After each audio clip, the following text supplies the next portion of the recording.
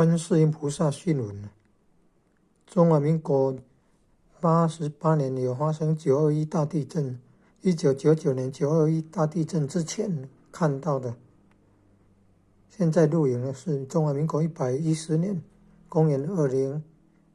2021年，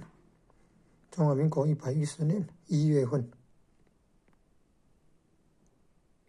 因为那个109年呢，要发生瘟疫啊，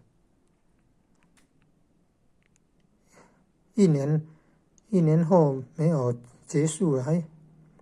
还有新型冠状病毒变种，有些地方好像很严重呢。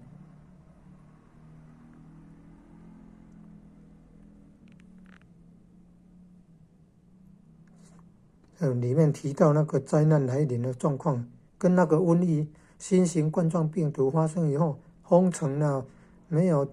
飞机了，没有汽车了，街道上没有人了，店铺关掉了，那种状况很类似。因为瘟疫死的人很多，那个状况都很类似